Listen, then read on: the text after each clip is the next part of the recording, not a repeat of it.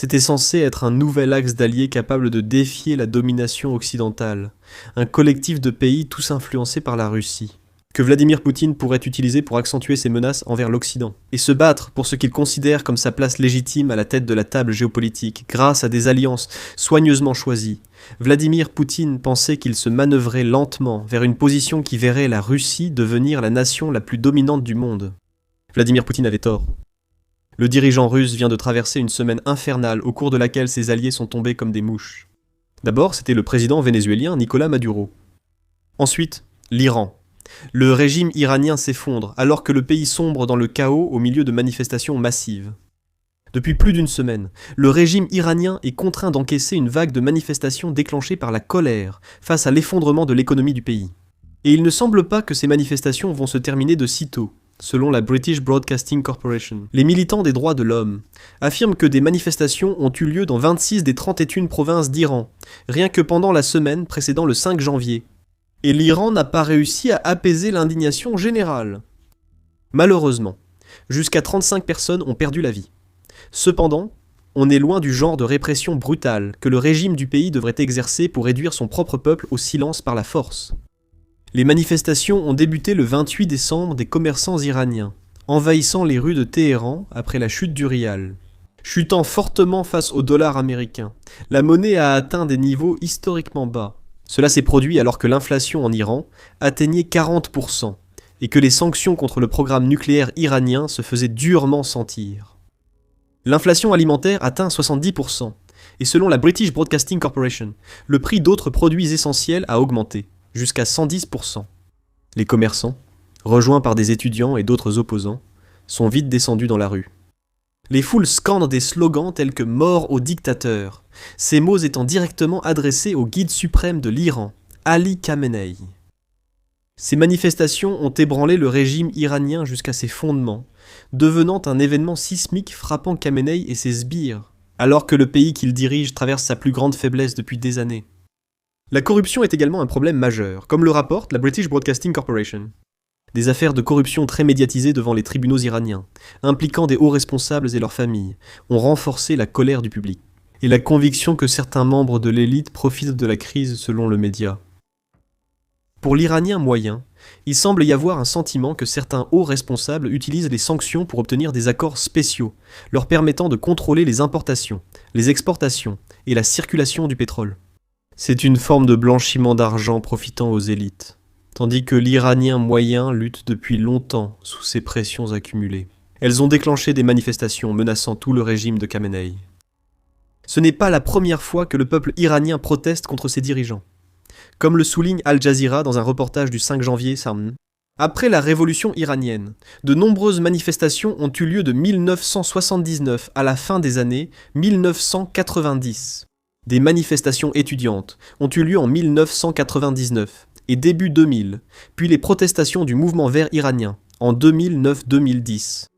Le soulèvement de Mahsa Amini en 2022 a déclenché une nouvelle vague de manifestations, les Iraniens exprimant leur colère après sa mort en garde à vue.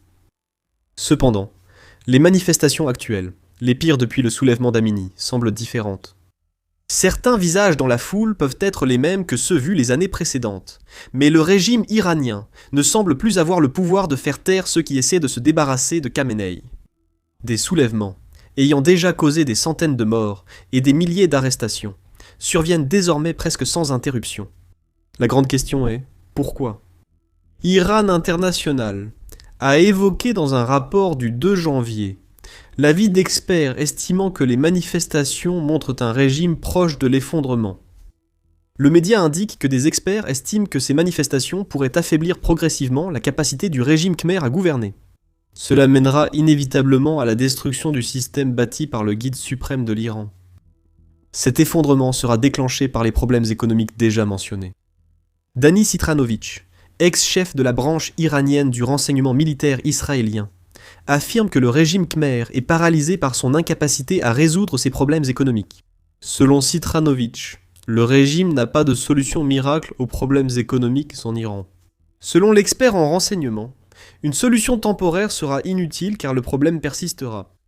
Un autre expert, Alex Fatanka, de l'Institut du Moyen-Orient, ajoute que l'état d'esprit parmi les élites iraniennes indique également qu'elles n'ont ni l'envie ni la capacité de gérer ce qui se passe dans les rues. Je n'ai jamais vu un tel désespoir dans le régime iranien, affirme Fatanka. Un tel désespoir pourrait accélérer un changement de régime en Iran. Alors que l'élite du pays commence à se bousculer en interne pour régler ses rivalités, cela pourrait peut-être conduire à des erreurs qui alimenteraient encore davantage un feu déjà bien allumé. Un article d'opinion du 4 janvier de Daniel M. Rosen dans le Jérusalem Post affirme que le régime iranien a d'autres préoccupations que l'économie. Il affirme que le pilier idéologique central qui maintenait le régime en place a disparu. Et avec lui, la base populaire s'est effondrée, et peut-être même le soutien de l'armée iranienne. Ce moment évoque un faux prophète aux promesses de salut vaines. Le gouvernement de la République islamique présente depuis longtemps les sacrifices, le sang versé et les difficultés économiques comme des contributions à une cause supérieure. L'essor de l'idéologie islamiste pouvant détruire Israël et défier l'Occident, selon Rosen. Le problème, c'est que tous les sacrifices demandés par le régime de Khamenei n'ont pas été récompensés. L'Iran n'est pas un plus grand défi pour l'Occident qu'avant. En réalité, il est plus faible, comme le prouvent les difficultés économiques du pays et l'incapacité de l'Iran à se défendre contre les frappes aériennes israélo-américaines, en 2025. Le média répète que le régime de Khamenei a prouvé le caractère frauduleux de ses propres déclarations. L'inflation massive risque d'être la goutte d'eau qui fait déborder le vase d'un chameau déjà accablé de fausses promesses. Peut-être que le principal obstacle à tout espoir de redressement pour le régime iranien est l'absence de solution aux problèmes économiques à l'origine des troubles actuels. Du moins, cela semble être l'opinion collective de ceux qui descendent dans la rue. C'est ce qu'affirme Kazra Karadaghi, doctorant en sciences politiques à l'Université de Floride centrale. S'adressant à Deutsche Welle, il déclare « Dans un tel contexte, lorsque le coût de la vie augmente mais que les revenus et la sécurité de l'emploi ne suivent pas, les difficultés liées au quotidien se transforment rapidement en mécontentement. Cette crise économique survient alors que la confiance du public envers la capacité du gouvernement à contrôler l'inflation et rétablir la stabilité a diminué. Tout se résume à une confiance brisée. Khamenei a survécu à de nombreuses promesses non tenues de son régime sans être renversé. En combinant corruption, faiblesse militaire et pressions économiques, on obtient rapidement une succession de promesses non tenues. Cela a fait disparaître la patience du peuple iranien. Pourtant, même avec tous ces problèmes, le régime iranien devrait quand même être capable de faire quelque chose. Même si ce quelque chose consiste à réprimer les manifestations avec une telle force qu'elles sont anéanties. Cela ferait gagner du temps et pourrait permettre à Khamenei d'intimider le peuple iranien. Mais ce n'est pas non plus une option, car Donald Trump a clairement averti que les États-Unis réagiraient si le régime iranien réprime violemment ces manifestations. Le lendemain de l'opération militaire ayant évincé Maduro du Venezuela, Trump a évoqué la situation en Iran. Ce faisant, il a lancé un avertissement qui a grandement réduit les options du régime de Khamenei. « Nous surveillons de près. S'ils recommencent à tuer, je pense que les États-Unis les frapperont très durement », a déclaré Trump aux journalistes. Le régime iranien sait que le président américain est probablement sérieux. Trump a déjà ordonné une frappe aérienne contre l'Iran lors de son second mandat. Ainsi, toute suggestion d'une nouvelle attaque doit être prise au sérieux par ceux cherchant à calmer la situation en Iran. Qu'est-ce qu'il reste à l'Iran ? Très peu d'options et tout un tas de solutions qui sont au mieux risibles. Reuters rapporte que la crise économique alimente les manifestations en Iran. Et Trump, ayant déjà prouvé qu'il mettrait ses menaces à exécution contre la nation, a laissé le régime de Khamenei sans aucune carte en main. Comme le confie un responsable iranien anonyme aux médias, la double pression a réduit la marge de manœuvre de Téhéran. Les dirigeants coincés entre la colère populaire et les pressions croissantes de Washington. Avec peu d'options viables et des risques élevés sur chaque voie, l'Iran cherche néanmoins des solutions. L'un des éléments proposés par le régime khmer est un plan de relance économique qui sera mis en place le 10 janvier. On pourrait croire que ce plan donnerait aux Iraniens protestataires une preuve que le régime agit sur les problèmes économiques. Ce n'est pas le cas. Selon The Telegraph, le régime Khamenei propose une aide de 550 livres sterling, soit environ 740 € par mois, sous forme de bons d'achat. Cette somme représente environ la moitié d'un salaire journalier moyen en Iran. C'est à peine un pansement que le régime Khamenei tente chaque jour de poser sur une plaie ouverte. L'inflation fait que cet argent vaut moins qu'avant.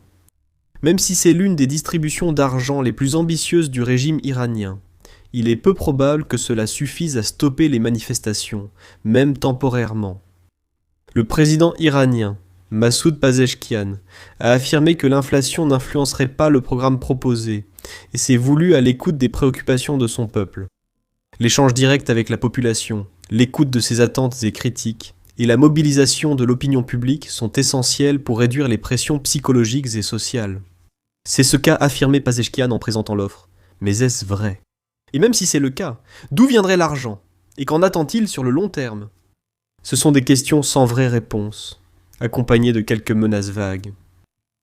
Le Guardian affirme que Pezeshkian a révélé son plan, alors que le chef du pouvoir judiciaire iranien, Gholam Hossein Mohseni Ejei, tentait d'imposer le poids du régime. Les émeutiers doivent comprendre que s'il y a eu des concessions auparavant, il n'y en aura plus, a déclaré Ezi, qui a aussi accusé les États-Unis et Israël de semer le chaos. Ces paroles paraissent imprudentes, vu ce que nous avons dit sur les menaces de Trump et sa détermination à agir. Les commentaires d'Egi semblent également indiquer que la direction iranienne est divisée sur la marche à suivre. Cela rejoint les propos d'un membre d'équipage sur les rivalités internes pouvant précipiter la chute du régime iranien. Khamenei, lui, prépare sa solution, fuir rapidement.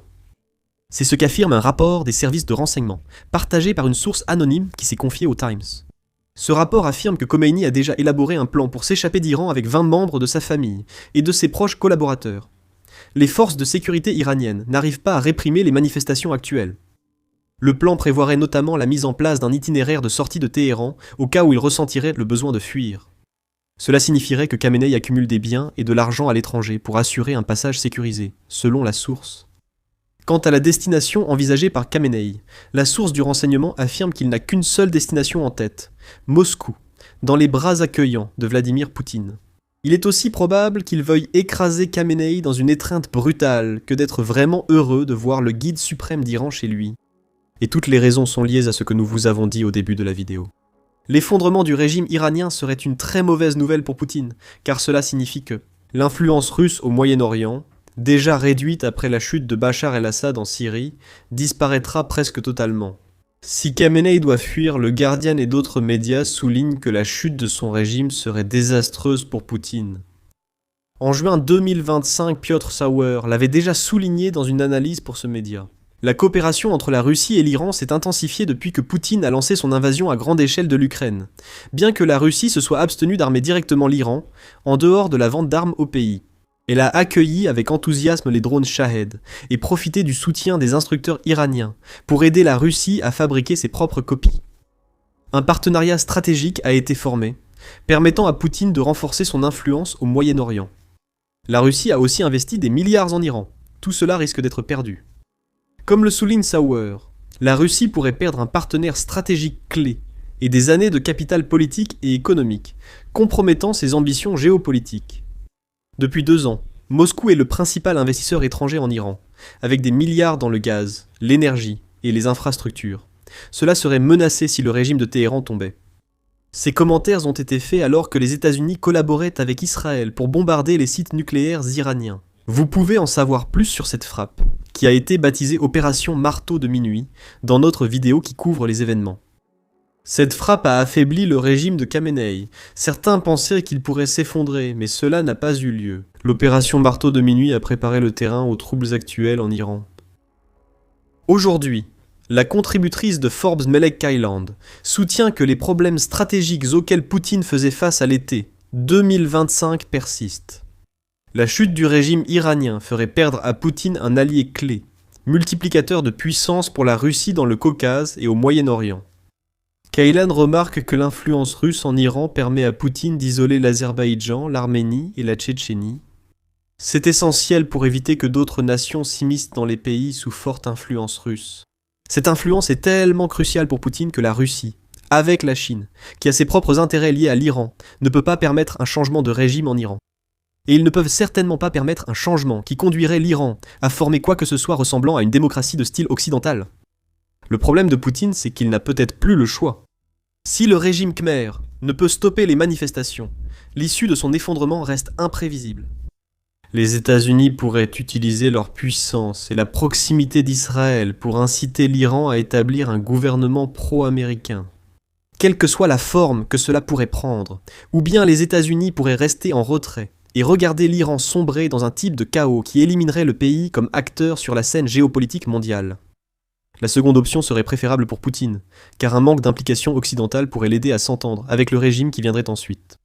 Mais le soutien complexe de la Russie à Khomeini pourrait entraîner le rejet de Poutine, surtout si le peuple chasse Khomeini. Il y a aussi une autre chose qui inquiétera Poutine alors qu'il observe le déroulement des manifestations en Iran. C'est la seule chose qui préoccupe toujours Poutine, l'argent. La coopération croissante entre la Russie et l'Iran a permis aux compagnies pétrolières russes de s'installer dans les champs iraniens. Cela a été démontré en avril 2025, lorsque Al Jazeera a rapporté que l'Iran et la Russie avaient annoncé un accord d'une valeur de 4 milliards qui permettrait aux compagnies pétrolières russes de développer 7 champs pétrolifères en Iran. De tels accords permettent à Vladimir Poutine de récolter plus d'argent pour sa caisse de guerre en Ukraine grâce à un pays auquel la Russie ne vend pas beaucoup de pétrole. L'Iran détient plus de 208 milliards de barils de pétrole, selon World Population Review, ce qui lui évite d'acheter beaucoup à Vladimir Poutine. C'est pourquoi l'accord de 4 milliards a été conclu. Si Vladimir Poutine ne pouvait pas vendre à l'Iran, il pourrait profiter de la situation économique précaire du pays pour s'assurer que la Russie bénéficie des vastes réserves de pétrole dont dispose l'Iran. L'argent issu de ces accords pourrait financer la guerre de Vladimir Poutine et la reconstruction de la Russie après la guerre en Ukraine. La chute de Khamenei mettrait ces accords en péril si elle survenait. Un gouvernement anti-russe succédant à Khamenei respectera probablement peu les anciens contrats. Cela pourrait inciter les compagnies pétrolières occidentales à développer les gisements, accentuant l'occidentalisation que Poutine veut éviter en Iran. Les États-Unis seraient certainement intéressés si de tels accords concernant le pétrole iranien venaient à s'ouvrir. Cela pourrait donner un indice sur la raison pour laquelle Trump dit à l'Iran de ne tuer personne pendant les manifestations en cours. L'Amérique envisage peut-être la possibilité de jouer un rôle de premier plan dans un changement de régime en douceur, qui pourrait lui donner accès au pétrole, ainsi que l'influence au Moyen-Orient et dans le Caucase que Poutine a mis des années à bâtir. L'effondrement possible du gouvernement iranien concerne non seulement l'Iran, mais aussi la Russie, la Chine, Israël, les États-Unis et d'autres nations voyant l'Iran comme un outil de contrôle, au Moyen-Orient, un pays en tumulte. Les ambitions de Poutine reposaient sur le régime de Khamenei. Si le guide suprême de l'Iran finit par s'enfuir à Moscou, il emportera avec lui la vision de Poutine pour le Moyen-Orient. La chute du régime iranien conclurait une semaine où la Russie a aussi perdu de l'influence en Amérique latine après la chute d'un autre dictateur. Nicolás Maduro, ex-président vénézuélien, a été capturé par les États-Unis et attend son procès pour des accusations étrangères. C'est mauvais pour Poutine, qui perd un soutien crucial et dont le financement des futures guerres russes pourrait être révélé. Regardez notre vidéo et abonnez-vous à The Military Show pour d'autres vidéos sur les manifestations en Iran. Merci de votre attention.